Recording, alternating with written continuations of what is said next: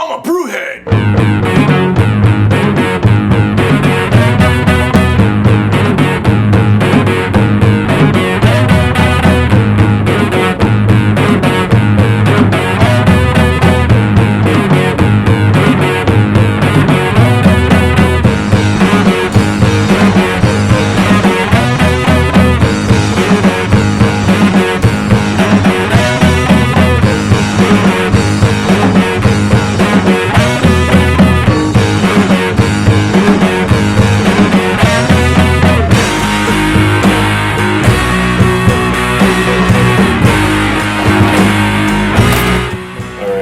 It's about 10 to 8 in the morning.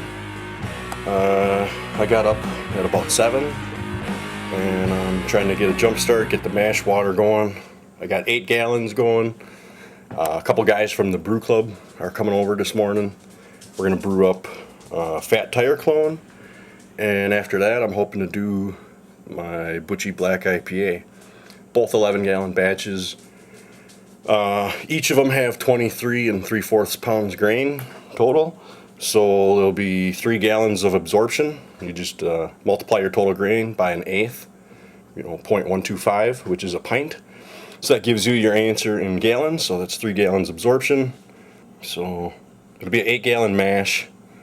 After the 3 gallons grain absorption, we'll have 5 gallons, so then I'll do a 1.5 gallon mash out.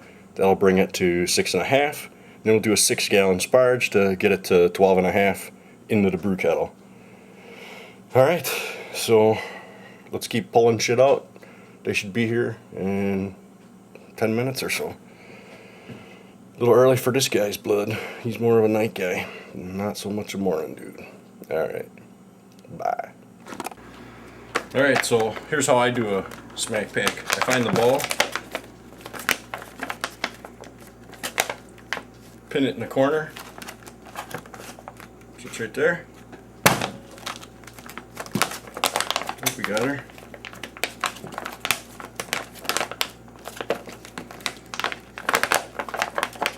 All right.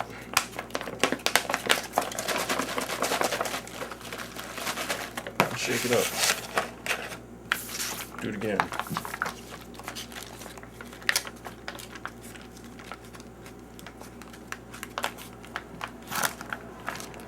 It's in the corner. Ba-boom. Shake it up.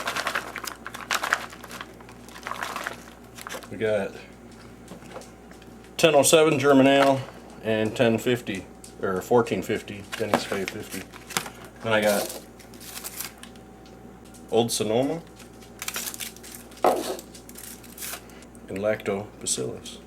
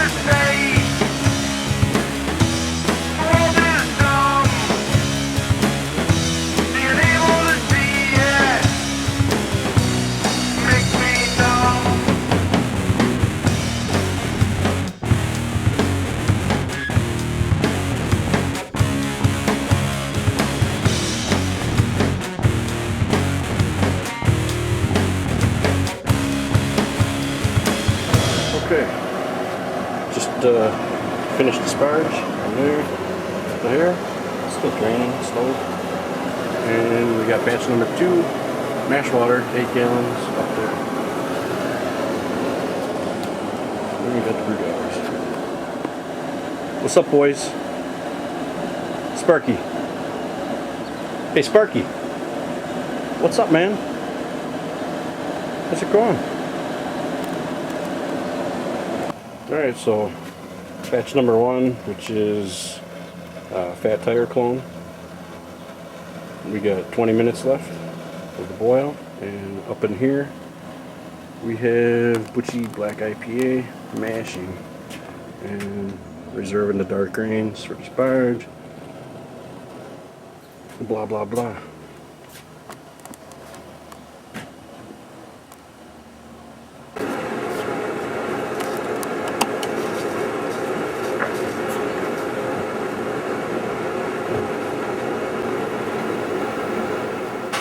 Hey, what the hell's going on? While that's draining up there, one of the good things of being behind is I can review these 2 beers that I just brewed. It was me and one guy from the brew club that brewed them. Supposed to be a couple dudes, turned out it was just one that came over. We did Fat Tire Clone and Butchy Black IPA, both 11-gallon batches. I should keep that up here. This, I fucking opened the Black IPA. Well, let's just do that one first. I was gonna start with the fat, but fuck it. Now these were both bottled off my tap. Uh-oh, uh-oh, uh-oh.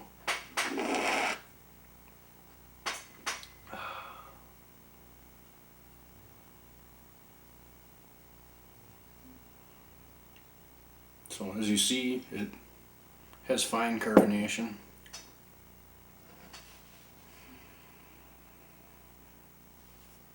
I didn't film a whole lot during the brewing of these. It's kind of awkward having the dude over. His name was John. There's like 3 Johns in the fucking club. But whatever, this was John R. Raymond. We got a John Raymond, a John Vincent, and a John that's Jon. So he's John. But, so what is the Black IPA? I pulled out the camera mostly when dude went to the bathroom. And that was really about it. So hopefully I'll get caught up soon and have some more, you know, of the whole brewing process. I've brewed now twice at his house, and I didn't film either of those. And since keeping a log, one of them was actually the last one that I just did with him was my 100th batch since keeping a log.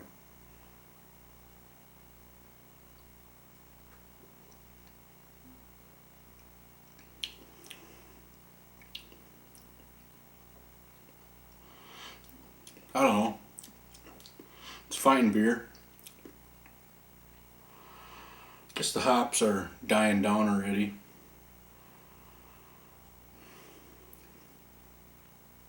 I didn't dry hop this, so it's probably technically not a black IPA anymore,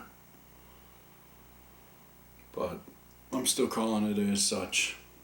I'm with my Newfoundland brother. He didn't dry hop his either, so cheers.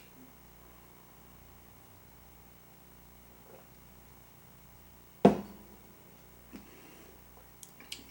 can see it's dark. It's not overwhelmingly bitter.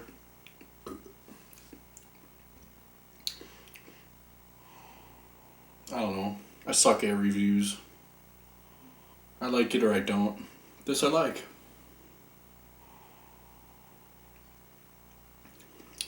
It's not something I would drink every day. I'm more have a tendency to go towards the lighter ones. This one is pushing about 6%, I believe. I'd have to look at the log.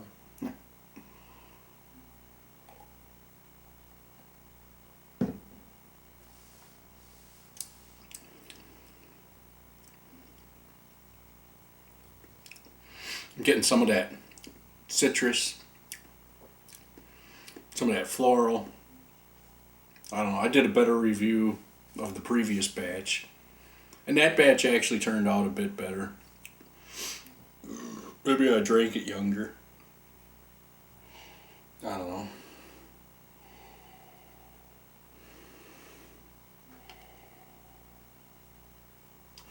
Get that floral, citrus, cloud blanket.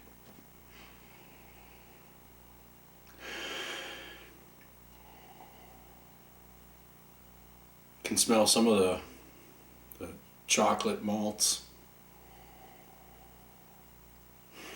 Some of the sweetness.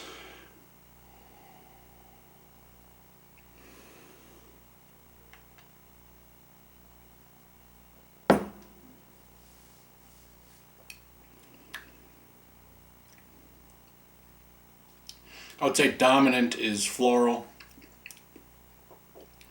followed by some bitterness, non-lingering bitterness. It fades pretty quickly. When I belched, it's all hops that's coming out. It's actually like, I can taste it more in the belch than I do drinking it initially. I don't really know what else to say. It's got decent lacing. Not the greatest, but decent. Hopefully that's showing up. It's definitely something I would brew again. And pretty much always want to make sure I have at least some of this on hand, be it in the keg, be it in a couple bottles. So this was, I should say we did, because John helped quite a bit. We did 2 11-gallon batches of each. So I split both of them. In the black IPA, I used, Y yeast German ale. And then in the other half, I used Y yeast Denny's Favorite 50. This one is the German ale. I have the Denny's, excuse me, on tap. Maybe I could get a sample of that and do a side by side.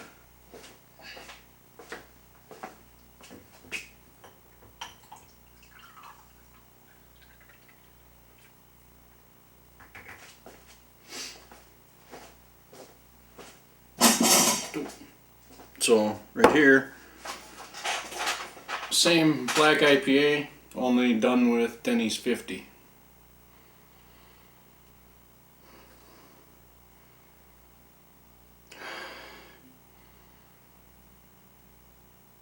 I don't know, this one almost smells a little more caramely, a little sweeter. But, you know, we're splitting hairs now.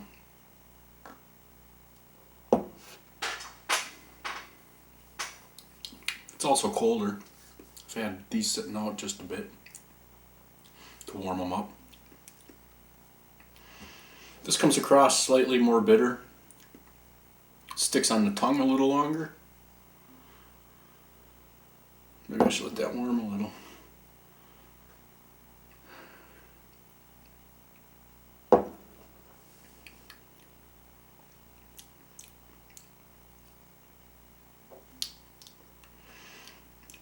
I'm gonna say, yeah, sticks around a little longer.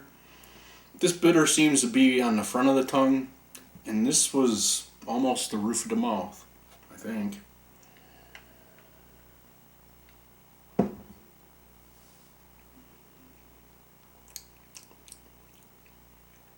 Yeah, I'm gonna go with the roof of the mouth. Slightly cleaner.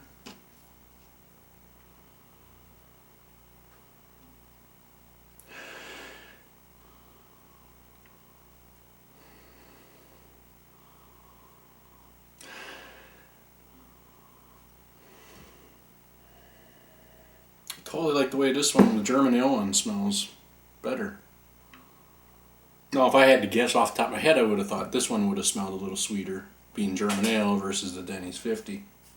So I hear German ale doesn't ferment all the way, blah blah blah. But this one's colder too. Maybe if I hold her a little tighter.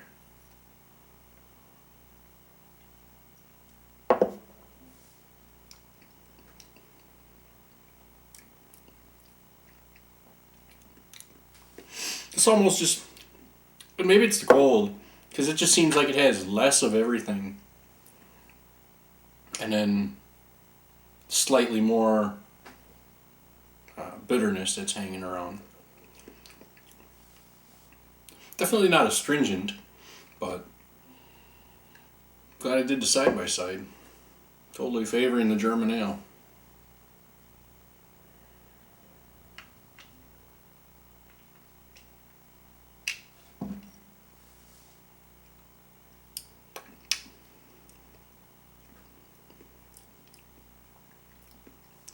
That's just nice.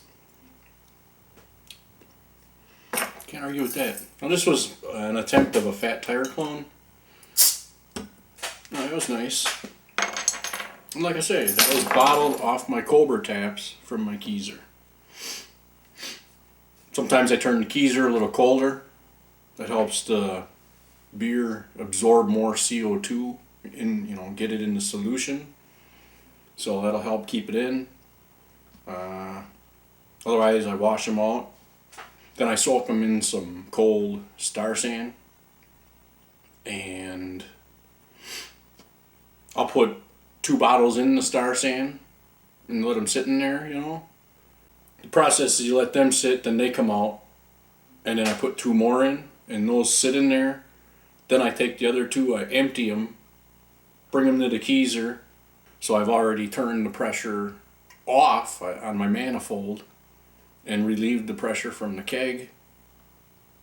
And then I turn the manifold off then on all of them except for the one I'm kegging. And then I got a valve on the outside of the Keezer that's in the off. And then as I'm filling, because it's only probably like 3 or 4 psi, if it runs too low and stops coming out, then I hit the valve on the outside of the Keezer, so I don't have to fuck with opening and closing it. But yeah, real nice and easy, real slow. Fill it all the way up to about here, like on this one. Basically the same, it's in there.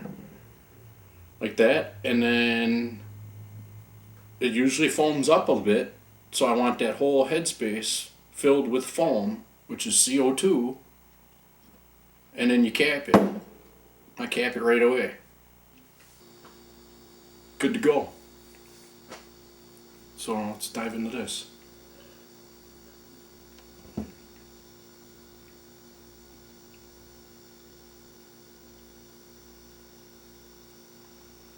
I did a side-by-side, had a couple people do a blind taste test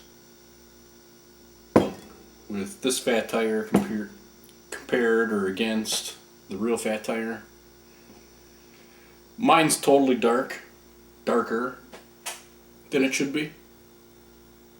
It's not as dark as the Black IPA, but it's dark. You get a lot more, light coming around the edges and whatnot. And when I say blind, I literally mean blind, because if they saw it, they would know the crystal clear one is the real one. And the not crystal clear, darker version would be the homebrew. So literally, blindfolded people doing the test. Everyone picked the homebrew that did it. So, I don't know. Like I say, if they could have seen what they were picking, they could have told me which was which. Has a nice nutty aroma. Nutty, kind of malty. I'm gonna say a little bit of maltiness, but mostly nutty.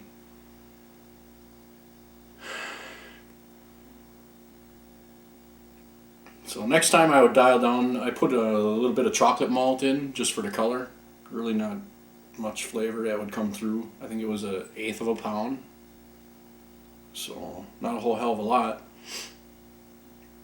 I might take that out altogether next time. I don't know. I'll have to think about it. I was thinking of just calling this something else and keeping this recipe, because it's a decent one and it's my own recipe. I looked at a couple different versions. I got one.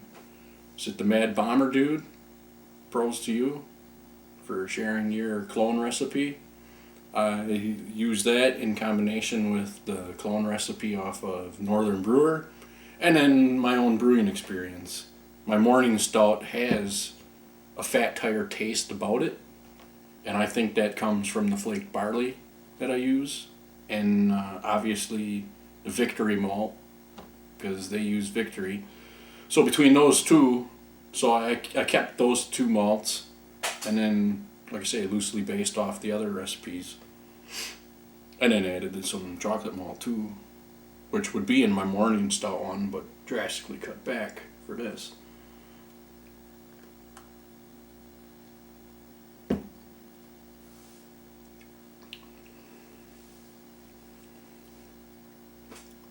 don't know, what can I say? It's smooth. It's another high drinkability beer. Worthy of being a house beer, I say. So, like I say, I'll probably just try to come up with a name. You fuckers want to name it? Give me a name. That'd be cool. So, I don't know. Smooth. You can see some of the lacing developing. I really think that's the flaked barley that's helping with that. I think that's also the flaked barley combined with that Victory is just an outstanding combo. Like I say, I use it in my morning stout, that combo. The morning stout recipe is the only recipe that I've kept untweaked. I still tweak Butchy Smooth. My last double batch I did, I split it and used different yeast. Normally I use US-05. Split it up though, and what did I use? Well, let's talk about this one. This split batch was Old Sonoma, which I'm totally loving on that yeast. That was a White Labs, Old Sonoma. I would do this again identically. I wouldn't want to change anything with this one. And then the other half of it, I have yet to dive into. I had the White Labs Lactobacillus strain, and that's sitting upstairs in my computer room, just off in the corner. It'd go in the closet, but the closet's fucking full.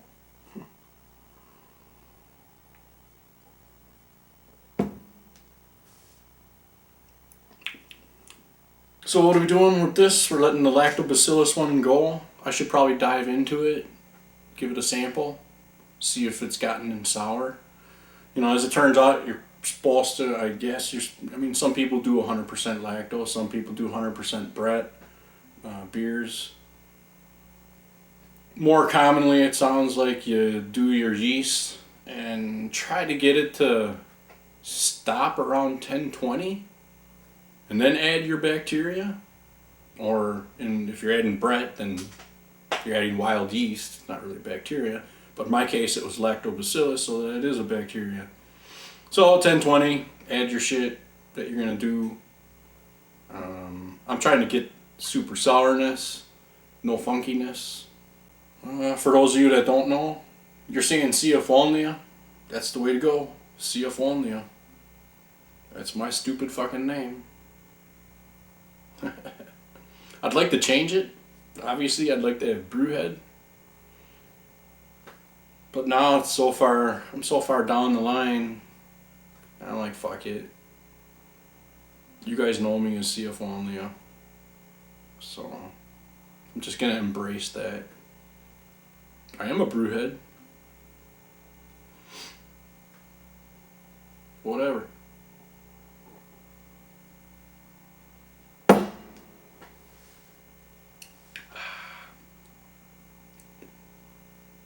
You guys leaving comments and you guys watching it.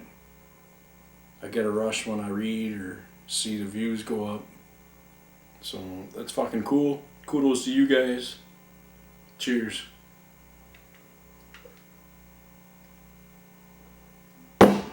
Happy homebrew every day. Bye. Bye. What do you mean I didn't hit record?